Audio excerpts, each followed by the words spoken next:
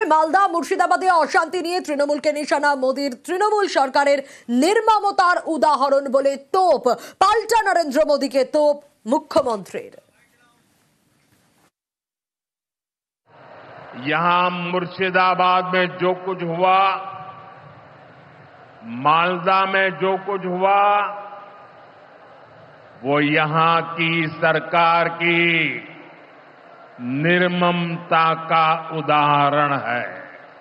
दंगों में गरीब माताओं बहनों की जीवन भर की पूंजी राख कर दी गई। तुष्टीकरण के नाम पर गुंडागिर्दी को खुली छूट दे दी गई।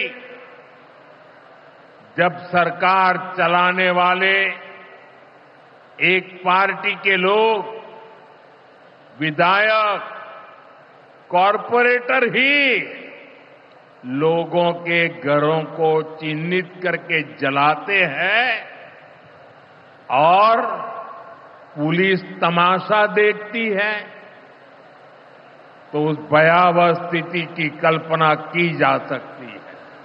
क्या सरकारें ऐसे चलती हैं? यही भावे छोड़कर चलेगी। পাল্টা নরেন্দ্র মোদীকে তোপ মুখ্যমন্ত্রীর। বিজেপি অশান্তি করার ওস্তাদ বলে তোপ। মুর্শিদাবাদের মালদার ঘটনা তো বিজেপি করেছে, দাঙ্গা লাগানোর ওস্তাদ তো বিজেপি, এবং তার ডকুমেন্টেশন চাইলে উইথ এভিডেন্স আপনাদের কাছে আমি দিয়ে দেবো। বাংলা নির্মম না, বাংলা হচ্ছে মানবিক সরকার, আর মোদীর সরকার হচ্ছে একটা জুমলা সরকার। এত বছর উনি রাজত্ব করেছেন, দেশকে কি দিয়েছেন? আজকে যে মহিলা at the time of operation Sindoor বলেন, ম্যাডাম কুরেশি, আমরা সেকুলার কান্ট্রিতে বাস করি আর will fight for the country, fight for the motherland. আজকে মোদীজি কি বলেছেন? He wants divide and rule, his policies divisive policies. 26 ভোটের আগে উত্তরবঙ্গে প্রধানমন্ত্রী নরেন্দ্র মোদী। আইন শৃঙ্খলা, নিয়োগ দুর্নীতি, আদিবাসী উন্নয়ন সহ একাধিক ইস্যুতে আক্রমণ। তৃণমূলের বিরুদ্ধে চড়া সুর নরেন্দ্র মোদীর।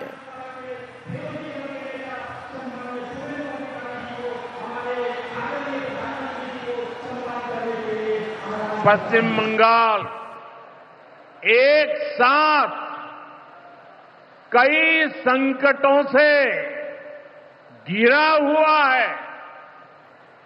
एक संकट समाज में फैली हिंसा और अराजकता का है।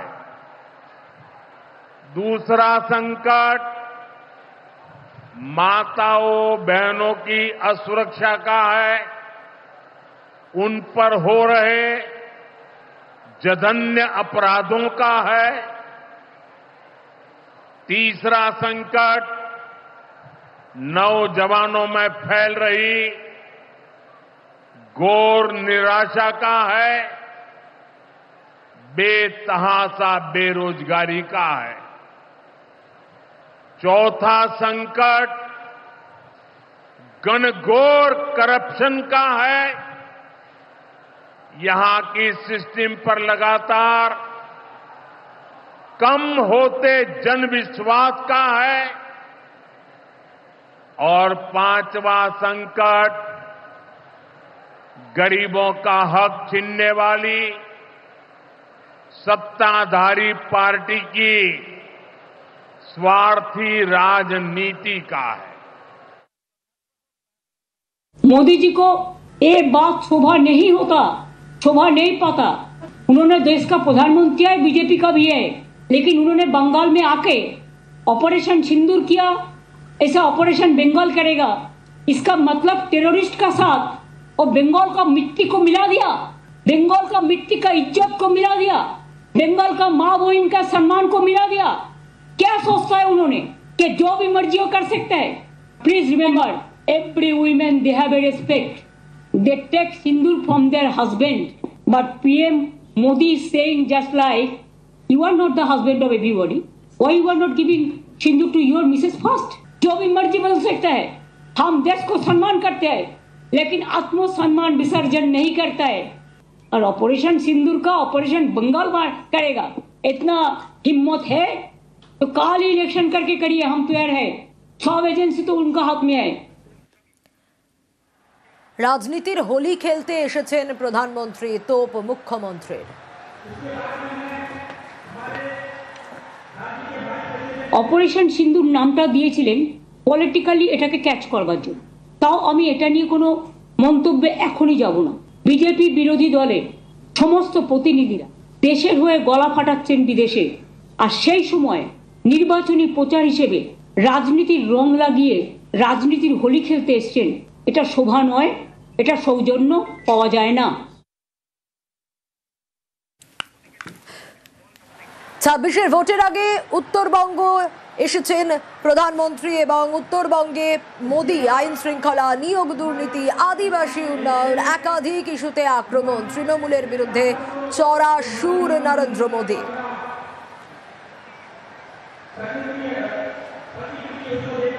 बंगाल की जनता पर हो रहे इन अत्याचारों से यहां की निर्मम सरकार को कोई फर्क नहीं पड़ता। यहां बात बात पर कोर्ट को दखल देना पड़ता है। बिना कोर्ट के बीच में आए कोई भी मामला सुलझता ही नहीं है। बंगाल की जनता को अब टीएमसी सरकार के सिस्टम पर भरोसा नहीं है। पूरा बंगाल कह रहा है, बंगाल में मची चीख पुकार, नहीं चाहिए निर्मम सरकार। बांग्लार चित्कार लागबे ना निर्मम সরকার। কেন আজকে ওনাকে আসাম থেকে লোক নিয়ে আসতে হয়েছে আলিপুরদুয়ারে? আলিপুরদুয়ারের মানুষের প্রতি যদি বিশ্বাস থাকতো তাহলে তো আসাম থেকে লোক নিয়ে আসতে হতো না। আলিপুরদুয়ারের একটা ছোট্ট মিটিং, তার জন্য কুচবিহারের লোক নিয়ে আসতে হতো না, জলপাইগুড়ির লোক নিয়ে আসতে হতো না। তার মানে বাংলার মানুষ, উত্তরবঙ্গের মানুষ বুঝিয়ে দিয়েছে ওনার প্রতি মানুষের কোনো বিশ্বাস নেই। একসময় নিজেকে চালা বলে দাবি করে ঘুরে বেড়াতেন, দ্বিতীয়বার বললেন পাহাড়দার, এখন আবার বলছেন সিঁদুর বেচবেন। সিঁদুর এভাবে বেচা যায় না। সিঁদুরটা মা বোনেদের আত্মসম্মান, ইজ্জত। কেন্দ্রের সব প্রকল্প প্রজেক্ট এই বাংলায় আটকে রয়েছে এই রাজ্য সরকারের জন্য। রাজ্য সরকারকে এভাবেই তোপ দাগেন নরেন্দ্র মোদি।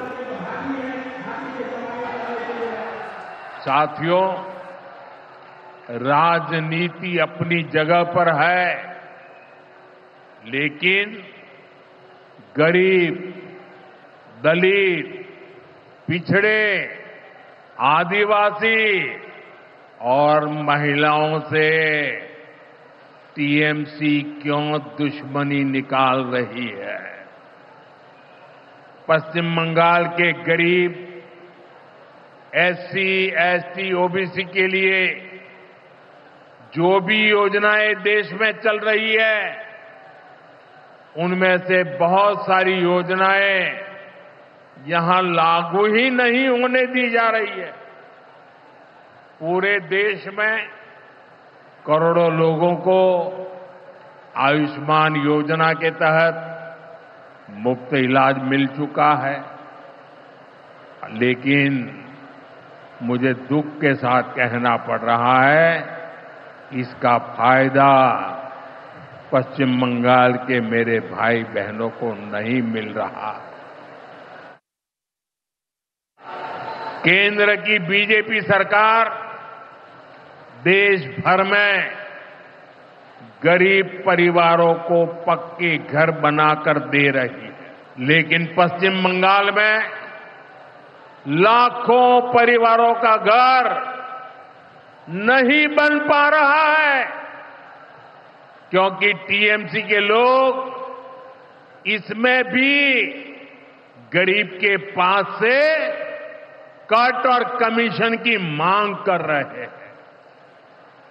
आखिर टीएमसी सरकार आप लोगों को लेकर इतनी निर्मम क्यों है? साथियों, यहां की निर्मम सरकार के जितने उदाहरण दो वो कम है। टीएमसी सरकार गरीब आदिवासियों का विकास भी नहीं होने दे रही है। उसने पीएम जनधन योजना को यहां लागू नहीं किया। टीएमसी हमारे आदिवासी समाज को भी वंचित ही रखना चाहती है। टीएमसी को आदिवासी समाज के सम्मान की परवाह नहीं है।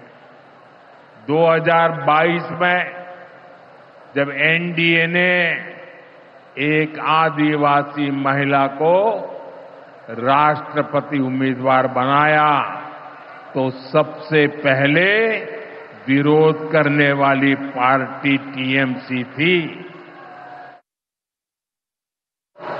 इंफ्रास्ट्रक्चर के काम से सुविधाएं भी बनती है और रोजगार भी बनते हैं, लेकिन हालत ये है कि पश्चिम बंगाल में 16 बड़े इंफ्रास्ट्रक्चर प्रोजेक्ट यहां की सरकार अटकाए हुए है। ये 90,000 करोड़ रुपए से अधिक के प्रोजेक्ट हैं। कहीं रेल लाइन आनी थी, रुकी पड़ी है। कहीं मेट्रो बननी थी, रुकी पड़ी है। कहीं हाईवे बनना था, बंद पड़ा है। कहीं अस्पताल बनना था, कोई पूछने वाला नहीं। ऐसे प्रोजेक्ट्स को ये टीएमसी ने लटका करके रखा है। ये पश्चिम बंगाल के आप लोगों के साथ बहुत बड़ा धोखा है।